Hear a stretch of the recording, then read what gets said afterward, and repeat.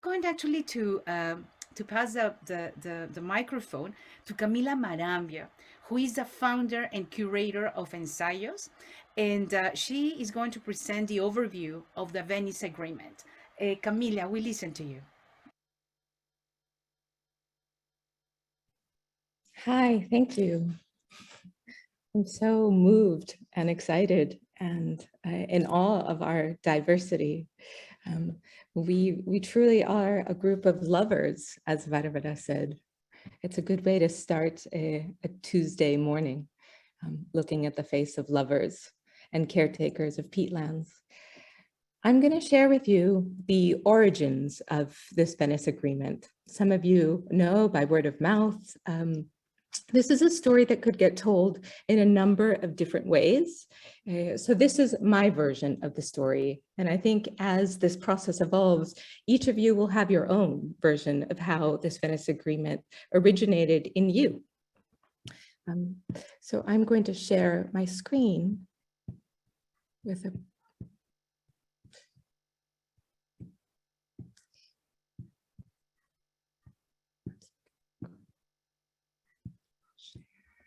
Okay, here we go. We can see it, but it's not on presentation mode. Okay, here we go. Is that better? Excellent. That's perfect. Great. Thank you. The origins. So you see already on this image, there are a number of logos that appear. And behind each of these logos, organizations, foundations, art spaces, initiatives, there are people. And these people are all connected through some care, curiosity, or protection of peatlands. Peatlands are the origin of this agreement. Their complexity and their diversity, their resourcefulness, their ancestral nature, these are all of the things that are rising up to the top of this agreement. And it is the communities of care that join each other through this agreement, as Barbara mentioned. People with diverse backgrounds from different disciplines in different countries who are doing protection work, some in a very grassroots way, others looking towards forms of political action to create right policies. The peatlands of Patagonia are the ones that I am in love with the most. It's the ones that I know well, and these peatlands have been protected by their original custodians, the Sheltnam people, for centuries. And it is here in this picture where you see that community today actively calling out for peatland care. The Sheltnam, Fernanda, who's here, and Jemani Molina community, they are actively involved in naming peatlands as ancestors, as bodies that hold memory, that hold water, that hold carbon, and that hold hope also for the future. The Patagonian peatlands are also cared for by the WCS Chile. And this is a picture of that park that Melissa mentioned and that she directs, Caruquinca. So these are the peatlands that I know best. The ways that we take care of them vary. And I think all of us who are on the ground doing protection work know that it's a collage of strategies that we have to use to both tend to them physically, but then, as Teresa Vicente was saying, also tend to them in the space of law. Then there are those of us who are storytellers.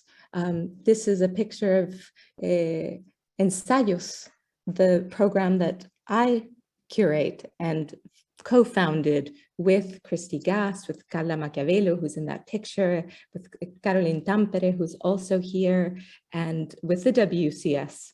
It's a joint program, interdisciplinary, like Frankie was saying, Love for Peatlands, where we join each other during field work to learn how we might complement the types of knowledges that need to be amassed and shared so that peatlands are known, and this peatland blindness slowly starts to disintegrate, and more people can be aware of the power and value of peatlands. This is a picture of exactly that interdisciplinary nature. So here you have Barbara, who you've already met from the WCS, and Jemani Molina from the Shatnam community, and some of the ensayistas.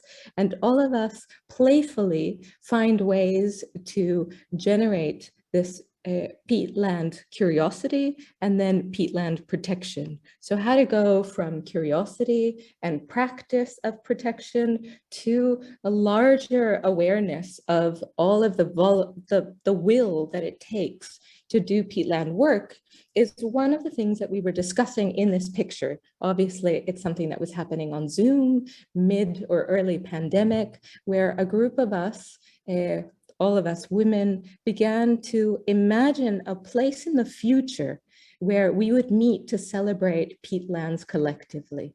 This was in 2020, early 2020.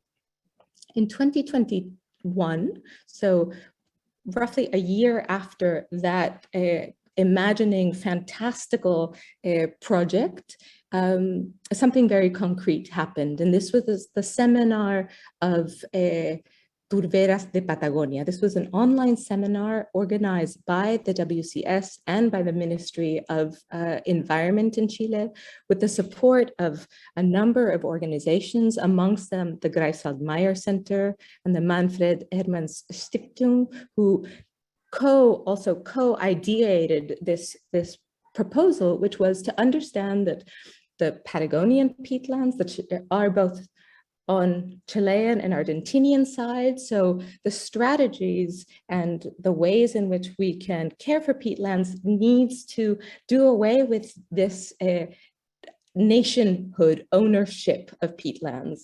Peatlands are global. They exist all over the planet, and they are doing work for all of us all around the planet, not just humans, but all of the other species. And so this was one effort to begin to grow from caring for your local peatland to caring for peatlands, in this case, over borders between Chile and Argentina.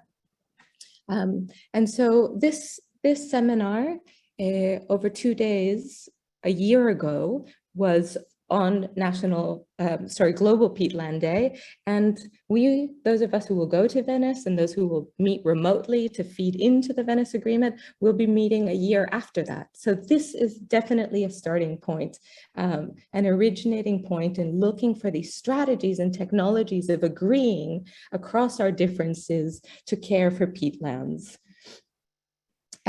There's at the seminar, I think one of its original qualities was that, and again, this is my version of the story, is that Ensayos and the group of artists that are involved with the scientists and the policymakers in Chile were integral to designing this project of creating an initiative across Patagonia. This initiative now exists. We have had meetings where we discuss the ways in which we will share knowledge between the different countries, so that whatever we come up with is in awareness of the other, and eventually we can create policies and figures of care that go across the two very differently organized territories.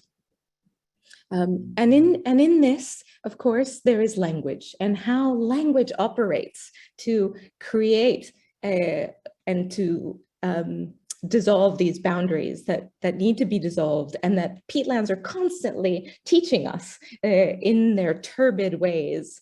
So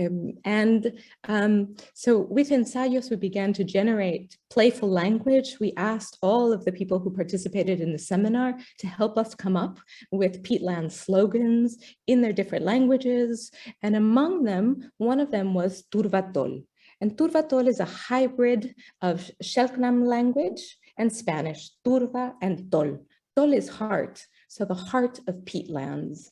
And this poetic combining is what gave way to a project called Turvatol Holholtol in Venice.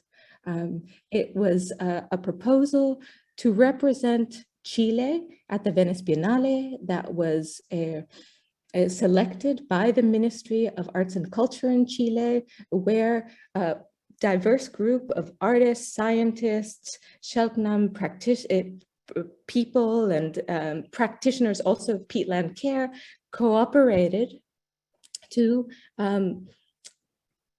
create an art piece. What you're looking at here is the Chilean pavilion now at Venice. Some of you will get to visit it. 4 artists were the primary central ring of creating this artwork. Ariel Bustamante, Carla Maquiavelo, Alfredo Tierman, and Dominga Sotomayor worked alongside with and through the different groups that I have mentioned. And this pavilion is a pavilion that is alive.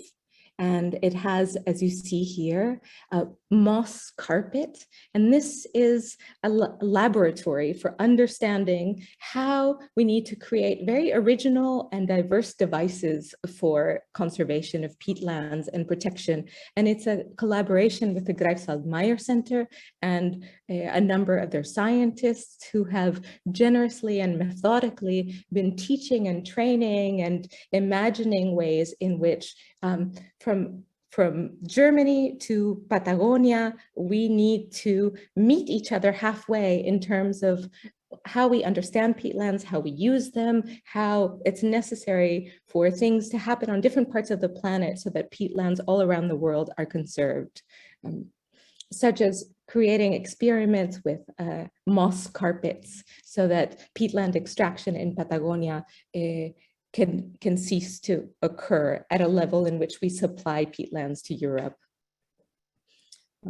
And what this pavilion wanted to do was to be there for the public, for people who don't know who the peatlands are, to function, to undo this peatland blindness. And this is what's happening now and until November. For 8 months, hundreds, thousands of people will come through and will learn what peatlands are. And this, we wanted to grow. We wanted to be more inclusive. And this is when we reached out to a space in Venice called Ocean Space. It's part of a larger project, TBA 21 Academy, a whole set of complementary also thinkers and art practitioners that think with and for the waters and the ocean, specifically ocean space, and they will be our hosts in Venice. So it was in a conversation with them that a complementary program to the Chilean Pavilion was born, and where we wanted to bring others and their peatlands into this conversation and to practice technologies of agreeing, because it seems like this is what we need. We need to better be with and for each other, listening across the languages that we all use and the practices that we have for peatland care. And now I'm going to invite Nicole Puchel, who's a climate change specialist from the WCS Chile and is also an originator of this agreement, to just sketch out a little bit more of where this is going. Thank you, Camila. And I'm really excited for us to be 54 people today.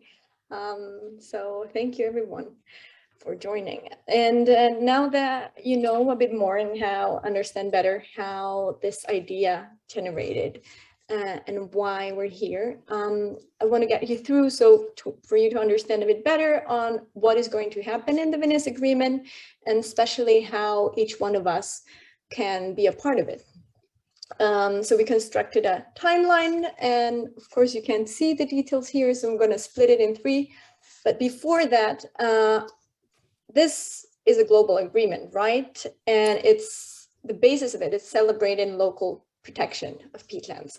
So that said, even if it's physically, some of it's going to happen in Venice, of course, this had to have a local connection, a local piece. So the Venice Agreement, it's not only happening in Venice, it's also it's going to be happening.